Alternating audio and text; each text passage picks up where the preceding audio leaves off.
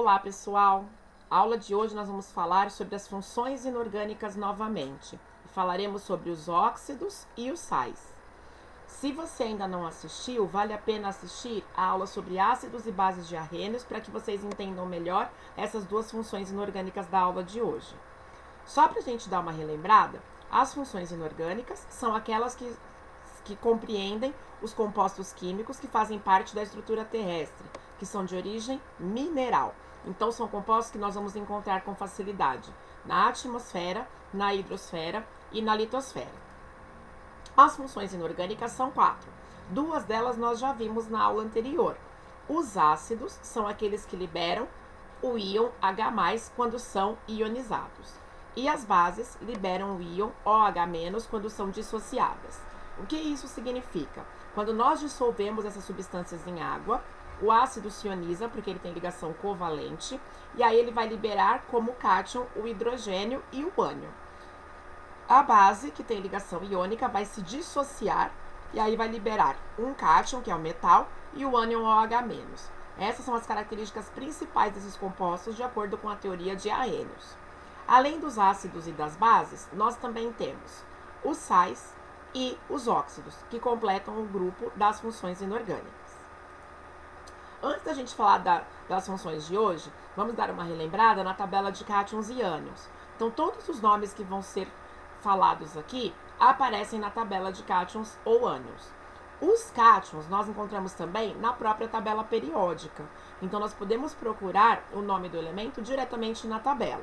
A tabela de cátion é bastante utilizada porque se nós tivermos algum elemento que tenha duas cargas elétricas, a gente precisa saber qual é o íon a qual o exercício se refere.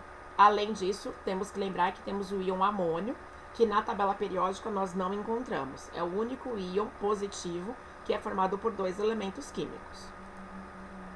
Os óxidos. Óxido é um composto binário. Composto binário é aquele que é formado por dois elementos químicos apenas, sendo que um desses elementos, obrigatoriamente, é o oxigênio. Nós vamos ter dois tipos de óxidos principais. Nós vamos ter o óxido metálico, que é aquele que vai juntar o metal, que é o cátion, com o ânion O-2. Esse tipo de óxido tem ligação iônica em sua estrutura. E nós também chamamos ele de óxido básico, porque quando eles reagem com água, eles vão formar uma base. Ou então nós temos os óxidos ametálicos, que são aqueles que vão reunir o ametal com o elemento oxigênio, através de ligação covalente.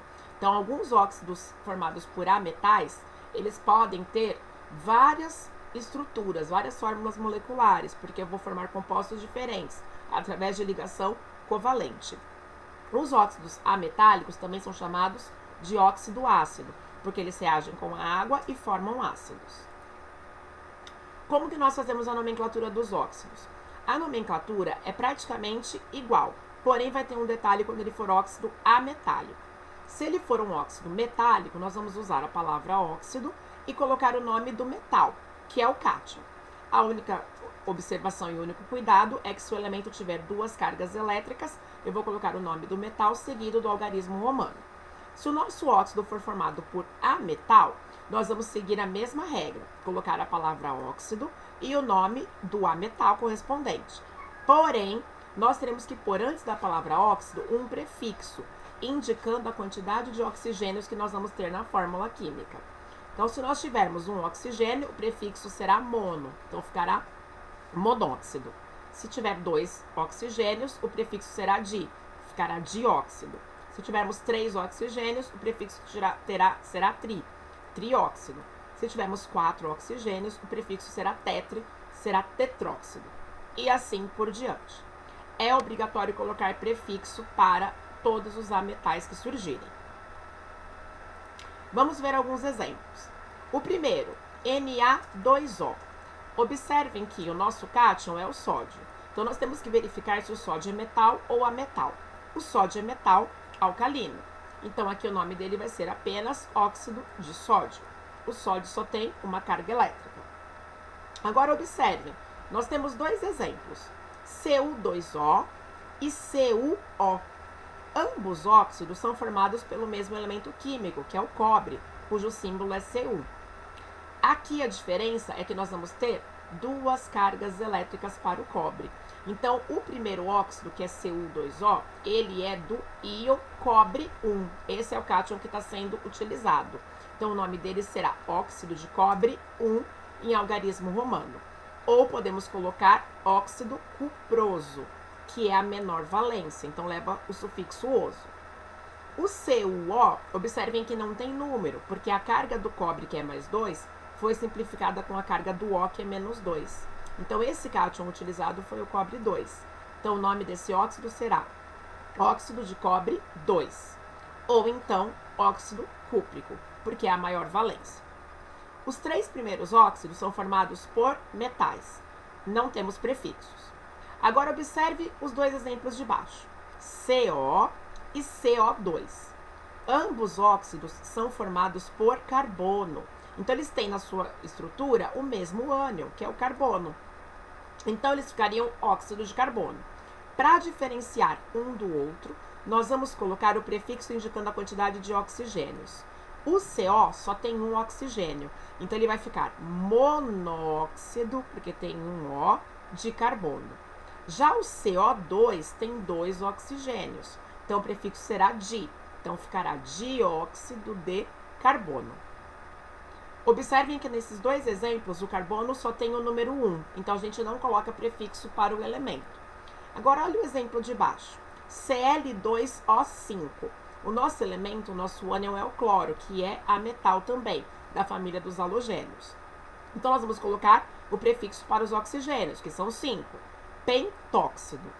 Só que observem que aqui o cloro também tem número, então o cloro também deverá ter prefixo, já que o seu número é diferente de 1.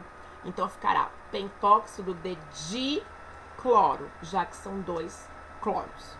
Então nós vamos colocar prefixo tanto para o oxigênio quanto para o ametal, caso o ametal tenha mais de um átomo. Por fim, vamos ver os sais. Os sais nós deixamos por último, por quê? O sal, ele é um composto com característica mais neutra, então eles não são perigosos do ponto de vista químico, e eles não têm uma fórmula molecular específica. A fórmula deles é não específica. O que isso significa? O ácido começa com hidrogênio, a base termina com OH, o óxido só pode ter 2 elementos e um deles tem que ser o O. Então, essas 3 funções têm características específicas para ser fácil de reconhecê-las. O sal não tem nada. Então, se a gente eliminar todas as possibilidades, não é ácido, não é base, não é óxido, então a substância é um sal. Costumamos dizer que a fórmula dele é ter um cátion diferente de H+, e um ânion diferente de OH-. Só que temos que tomar cuidado, porque existem sais que são oxigenados. Então, tem sais que podem ter oxigênio sim. A diferença entre ele e o óxido é que o sal vai ser feito por 3 elementos, e não 2, como o óxido. Para fazer a nomenclatura, é simples. É só colocar o nome do ânion, seguido do nome do cátion. E se o cátion tiver mais de uma carga, colocamos a carga em algarismo romano. Vamos para o primeiro exemplo, NaCl. Nós começamos a nomenclatura pelo final, que é o Cl. Então, o ânion chama-se cloreto e o cátion sódio. Então, é cloreto de sódio. Agora, observem aqui. Esse sal possui oxigênio. Eu poderia até pensar que é um óxido, mas não é óxido, porque ele tem 3 elementos químicos. O Na, que é o cátion, e o Cl e o O. O Cl e O é o nosso ânion. Nome desse ânion, hipoclorito. E o cátion, sódio. Então, é hipoclorito de sódio. Para encerrar, nós temos aqui 2 sais feitos por ouro. Então, nós vamos ver que o ouro tem 2 cargas também. O primeiro é o Au2SO4. Esse cátion que foi utilizado aqui é o ouro 1.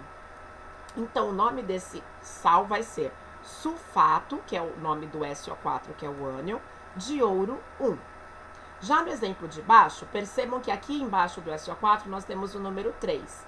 Esse 3 é a carga que veio do ouro e o 2 é a carga que veio do sulfato. Então, esse cátion aqui é o ouro 3. Então, o nome desse sal será sulfato de ouro 3. Se nós quiséssemos usar a nomenclatura com sufixos, o primeiro ficaria sulfato auroso, que é a menor valência, e o segundo ficaria sulfato áurico, que é a maior valência. Espero que vocês tenham entendido. Bons estudos e até a próxima aula. Obrigada!